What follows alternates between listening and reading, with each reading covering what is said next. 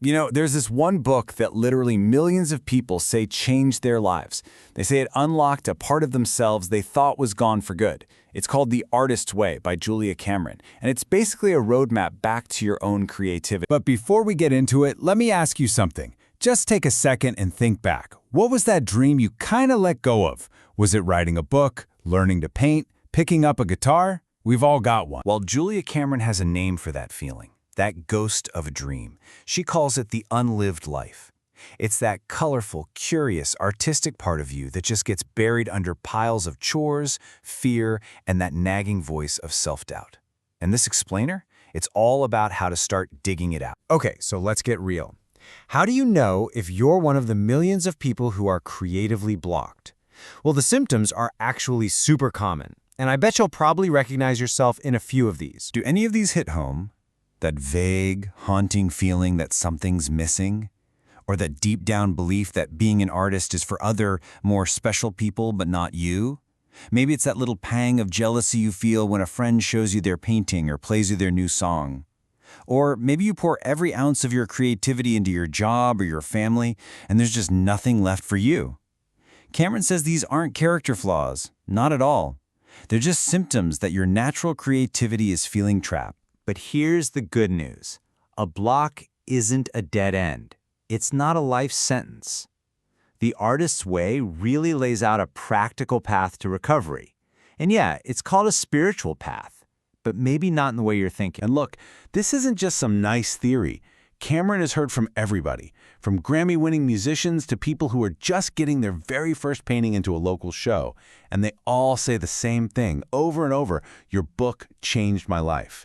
The tools in here really work. So, when Cameron talks about a spiritual path, it's really important to get what she means, because this is where a lot of us get tripped up on the whole God thing.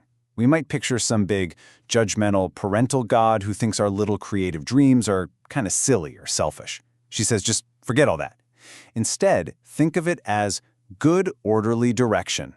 Call it the universe, the source, a flow. She even calls it a form of spiritual electricity. The point is, you don't have to believe in any one thing to plug into it. And this is absolutely crucial. You don't need to understand how electricity works to flip a switch and turn on a light, right? It's the exact same idea here. The theory really doesn't matter as much as just doing the work.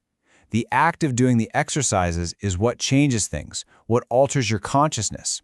You don't have to believe in it for it to work. The belief comes later, as a result of the work. Okay, so what is this practice? What do you actually do? Well, it all boils down to two simple, practical, and, non-negotiable tools. Think of these as the two engines that are going to power your creative recovery. First up, we've got the morning pages. This is so simple, but that doesn't always make it easy. Every single morning, ideally right when you wake up, you write 3 pages, by hand, of whatever's in your head. It's not art, it's not a diary, it's not meant to be good. It is pure and simple a brain drain. You're just clearing out all the mental junk that gets between you and your actual creative ideas. And seriously, there is no wrong way to do them. A lot of mornings, your pages are going to sound exactly like this. Oh God, another morning. I have nothing to say. I need to wash the curtains. Blah, blah, blah. And that is perfect. That's the whole point. The pages are for all the petty worries, the to-do lists, the cranky thoughts.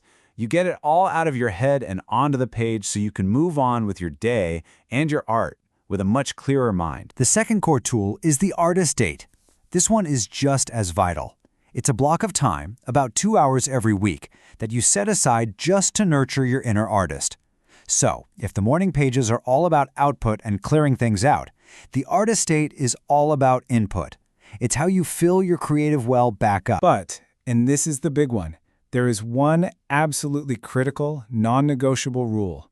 You have to go alone. No partner, no best friend, no kids. Nobody. This is a date between you and your creative consciousness. It's only in that solitude that you can actually hear what you think, notice what you notice, and reconnect with what truly delights you. So as you start doing this, as you begin writing your pages every morning and taking yourself out on these little solo dates, you're going to come face to face with the main villain of this whole story, your inner censor. You know the censor?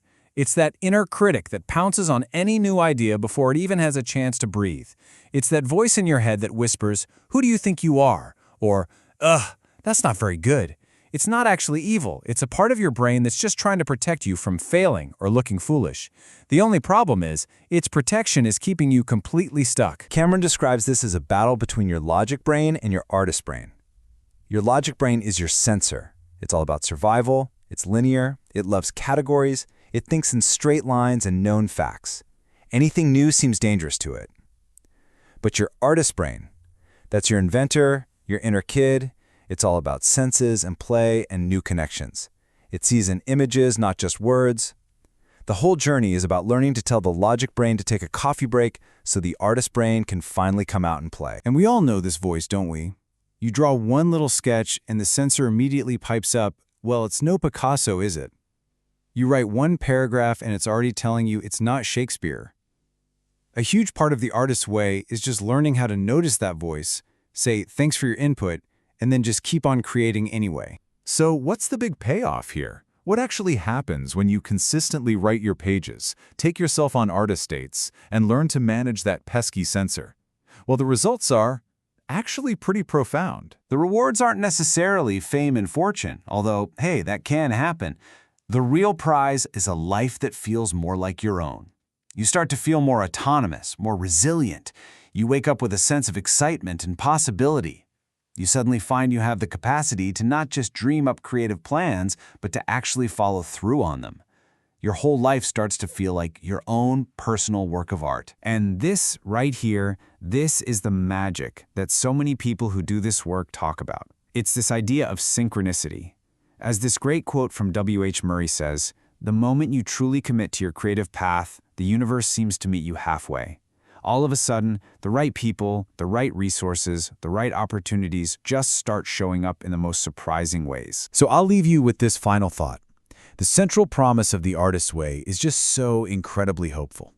It's this idea that your creativity was never really lost.